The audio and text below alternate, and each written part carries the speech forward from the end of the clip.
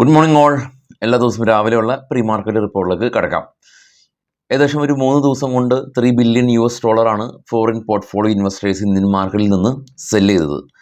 ഇന്നലെ ക്യാഷ് മാർക്കറ്റിൽ മാത്രം 15,000 കോടി രൂപയ്ക്ക് മുകളിൽ FIs സെല്ല് ചെയ്തു. 12,000 കോടിക്ക് മുകളിൽ DIs ബൈ ചെയ്തു.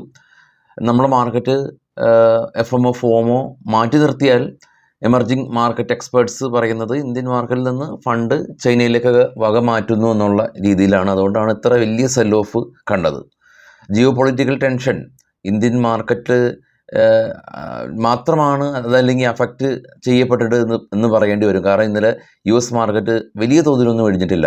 റെഡായിരുന്നു, എന്നാൽ സ്ലൈറ്റ്ലി റെഡ് എന്നുള്ള അവസ്ഥയാണ്. അപ്പോൾ ആ ഒരു എമർജിങ് മാർക്കറ്റിൽ നിന്ന് ഇന്ത്യയിൽ നിന്ന് ഫണ്ട് ചൈനയിലേക്ക് പോകുന്നതാണ് കൂടുതൽ ഇടിവിന് കാരണമായത് എന്നുള്ള രീതിയിൽ നമുക്ക് അത് മനസ്സിലാക്കേണ്ടത് വരും. പക്ഷേ FNO കറപ്സ് അത് ഇന്ത്യൻ മാർക്കറ്റിൽ മാത്രം സംഭവിക്കുന്ന ഒന്നാണ്. അപ്പോൾ അതിനും വലിയ തോതിൽ ഇമ്പാക്റ്റ് ഉണ്ട്.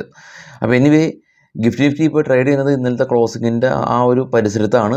നേരത്തെ സൂചിപ്പിച്ചപ്പോൾ തന്നെ യൂറോപ്യൻ മാർക്കറ്റ് റെഡ് ആയിരുന്നെങ്കിൽ കൂടിയും US മാർക്കറ്റ് ഫ്ലാറ്റ് ആയിരുന്നു വിത്ത് നെഗറ്റീവ് സെൻറ്റിമെൻറ്റ്സ്. ഇപ്പോൾ ട്രേഡ് ചെയ്യുന്ന ഏഷ്യൻ മാർക്കറ്റ് മിക്സ്ഡ് ആയിട്ടുള്ളൊരവസ്ഥയാണ്. നമുക്ക് നേരെ ഗ്ലോബൽ മാർക്കറ്റ് ഒന്ന് നോക്കാം. ഗ്ലോബൽ മാർക്കറ്റിൽ കാണാൻ ഏറ്റവും താഴെ US ഫിക്സ് 4% സ്പൈക്ക് ചെയ്തു. നാസ്ഡാക്ക് ചെറിയ തോതിൽ മാത്രം ഇടിഞ്ഞു, 9 പോയിൻറ്റ് മാത്രമേ ഇടിഞ്ഞിട്ടുള്ളൂ. ഡോയോ 184 പോയിൻറ്റ്, പെർസെൻറ്റേജ് അടിസ്ഥാനത്തിൽ 0.44% മാത്രം ഇടിഞ്ഞു. FTSE UK മാർക്കറ്റാണത്, വെറും 8 പോയിൻറ്റ് ഇടിഞ്ഞു.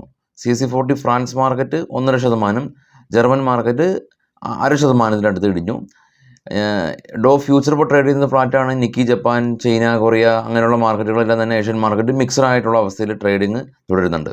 US മാർക്കറ്റിൽ ലിസ്റ്റ് ചെയ്ത ഇന്ത്യൻ കമ്പനികൾ ഇൻഫോസിസ് പോസിറ്റീവായിരുന്നു, വിപ്രോ ഇടിഞ്ഞു, ICC ഇടിഞ്ഞു. അതിനുശേഷം എക്സലൻ്റ് മാർക്കറ്റ് അവേഴ്സിൽ സ്ലൈറ്റ്ലി കയറി. HDFC കാണാം 3.26% ഇടിവ്. ഇന്നലെ HDFC ഇന്ത്യൻ മാർക്കറ്റിൽ 2.26% ഇടിവാണ് ഉണ്ടായിട്ടുള്ളൂ. HDFC ബാങ്ക് ഫർദറായിട്ട് ADRൽ ഇടിഞ്ഞിട്ടുണ്ട്. അതുപോലെ തന്നെ റിലയൻസ് 4% GDRൽ ഇടിഞ്ഞിട്ടുണ്ട്, 4% ഇവിടെ ഇടിഞ്ഞിരുന്നില്ല. അപ്പോൾ അതാണ് ജസ്റ്റ് ഒന്ന് ശ്രദ്ധിക്കേണ്ടതായിട്ടുള്ള ഒരു കാര്യം. ഇനി US മാർക്കറ്റിൽ ലിസ്റ്റ് ചെയ്ത ഇനി സ്റ്റോക്കുകളുടെ വാർത്തകളിലേക്ക് വരാം. ബജാജ് ഫിനാൻസ് കമ്പനി ഇവരുടെ AUM 29% ഇയർ ഓൺ ഇയർ ഉയർന്ന് 3.74 lakh crores ആയിട്ടുണ്ട്. ഡെപ്പോസിറ്റും 21% ഉയർന്നു. അവന്യൂ സൂപ്പർ മാർക്കറ്റ് റവന്യൂ 14% ഉയർന്ന് 14,050 കോടി രൂപ ആയി. Bank of Baroda total deposit 7% ഉയർന്നു. ടോട്ടൽ അഡ്വാൻസ് 12% ഉയർന്നു.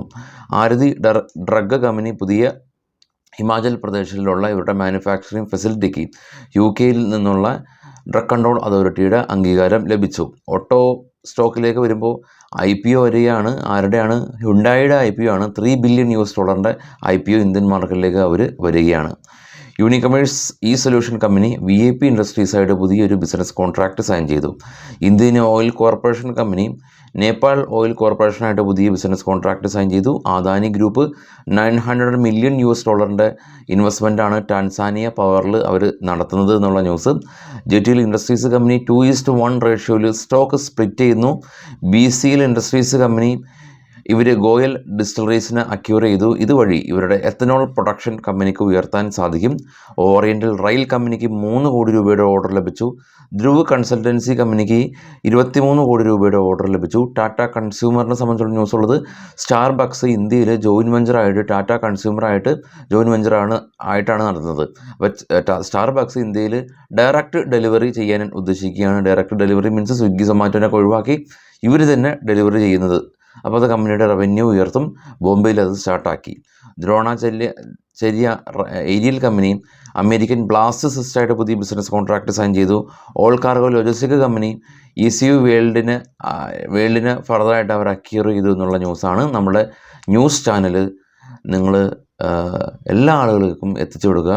രാവിലെ ഇത് നിങ്ങൾക്ക് കേൾക്കാനായിട്ട് ഏകദേശം ഒരു 4 മിനിറ്റാണ് എടുത്തിട്ടുള്ളൂ അല്ലേ. പക്ഷേ ഇത് പ്രിപ്പയർ ചെയ്യാനായിട്ട് ഏകദേശം ഒരു 2 മണിക്കൂറിനടുത്ത് എടുത്തിട്ടുണ്ട്. അപ്പോൾ അത്ര എഫേർട്ട് എടുത്ത് ചെയ്യുന്നതാണ്. അപ്പോൾ നിങ്ങളുടെ ട്രേഡിംഗ് സുഹൃത്തുക്കൾക്ക് എത്തിച്ചു കൊടുക്കുക. അവർക്ക് വളരെ സിമ്പിളായിട്ട് കാര്യങ്ങൾ മനസ്സിലാക്കാൻ പറ്റുമല്ലോ. Thank you all.